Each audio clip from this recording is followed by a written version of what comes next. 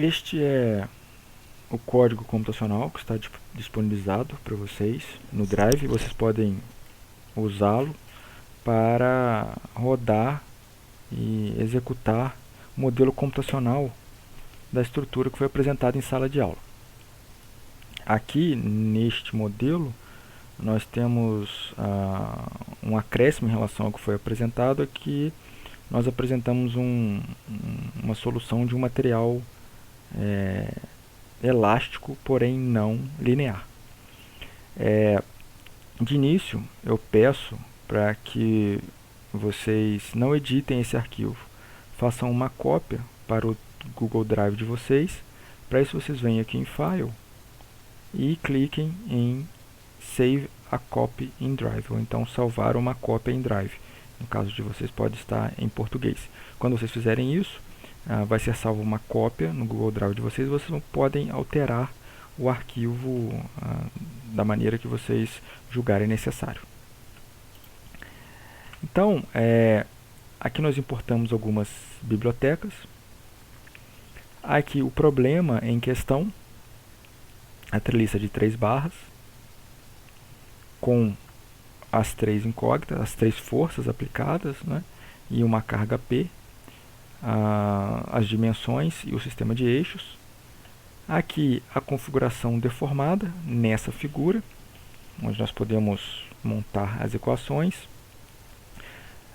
O que nós estamos chamando aqui de problema P1 é o problema com análise de segunda ordem, onde colocamos aqui duas hipóteses. A hipótese H0, nós temos um material linear elástico, e para a hipótese H1, um material não linear elástico. Observem que é um material que tem a propriedade elástica, ou seja, quando o carregamento cessa, esse material volta para sua condição inicial, porém, isso não ocorre de maneira linear. Nós temos aqui que isso pode ocorrer, por exemplo, por meio de uma função quadrática. Aqui, nessa célula, são criadas as variáveis simbólicas que serão usadas no problema, todas as variáveis simbólicas. Montamos a equação de equilíbrio, observado que ela é realizada na configuração deformada, como aparece indicado aqui. Temos aqui a equação de equilíbrio.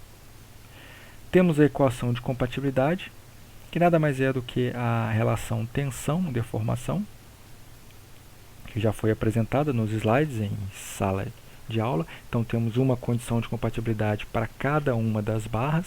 Observem que são 3 barras.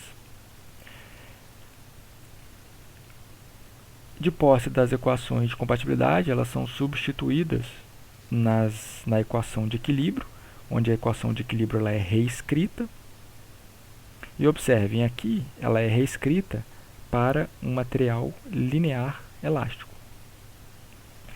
Nós podemos também reescrever as equações de equilíbrio para um material não linear, um material elástico não linear. A diferença aqui é que a relação entre a tensão e a deformação vai ser dada por meio de uma raiz quadrada. Ou seja, a tensão no material vai depender da raiz quadrada da deformação e não simplesmente da deformação como foi neste caso anterior. Observem que aqui a tensão é simplesmente, ela depende linearmente da deformação, epsilon, e aqui ela vai depender, aqui a força vai depender do quadrado da deformação.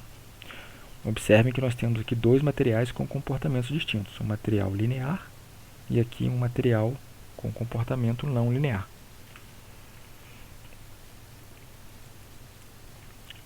De posse dessas duas equações, aqui o problema linear foi chamado de F1yA e o problema com a não linearidade do material foi chamado de F1yB. Resolvemos este problema. Aqui nós colocamos algumas condições simples para para facilitar a solução desse problema.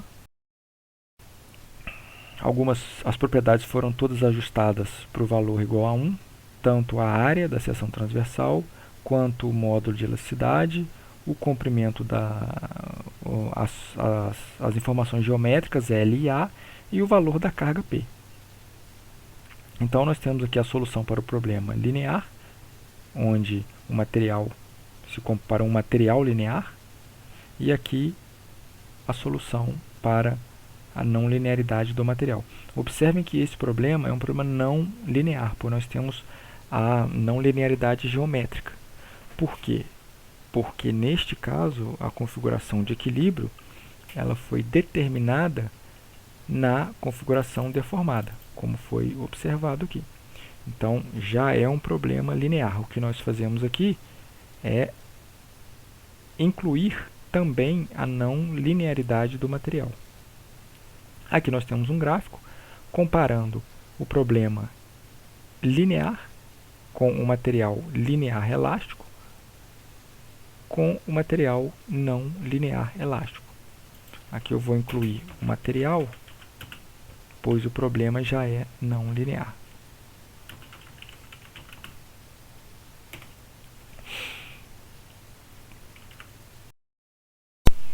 Agora nós vamos abordar o problema P2, que é o mesmo problema, porém com a aproximação de pequenos deslocamentos. Então nós temos aqui uma equação de equilíbrio, que por sua vez agora vai ser determinada na configuração indeformada. Temos aqui a equação de equilíbrio.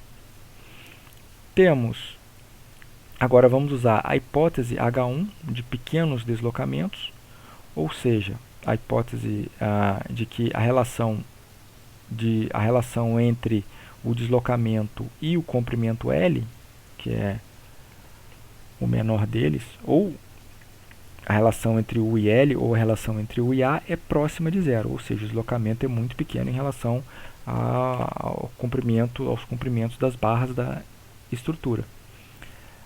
Dessa forma, nós podemos fazer uma aproximação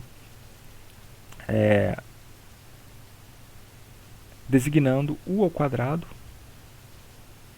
tanto nas deformações ε2 quanto ε3. Então, observem, se nós temos um deslocamento da ordem, por exemplo, de 10 a menos 4, U ao quadrado vai ser da ordem de 10 a menos 8. Observem que já estamos quase na escala nanométrica. Observem que 1 nanômetro é da ordem de 10 a menos 9. Então, teríamos o quadrado, seria algo da ordem de 10 nanômetros. Então, aqui nós temos as deformações escritas em função do deslocamento, substituímos na equação de equilíbrio, resolvemos a equação de equilíbrio. E aí comparamos agora os problemas P1 e P2. Temos aqui então a comparação dos problemas P1 e P2 com o material linear elástico e material não linear elástico. Observem aqui que se nós usarmos o material linear elástico nos problemas P1 e P2, que são as curvas azul e verde, observem que nós temos uma diferença entre os dois problemas. E se nós observarmos a curva laranja e a curva vermelha, são os problemas P1 e P2 com material não linear elástico. Esse é o código para que vocês estudem. Anotem as dúvidas. Caso vocês tenham dúvidas, nós vamos discuti-las na próxima aula.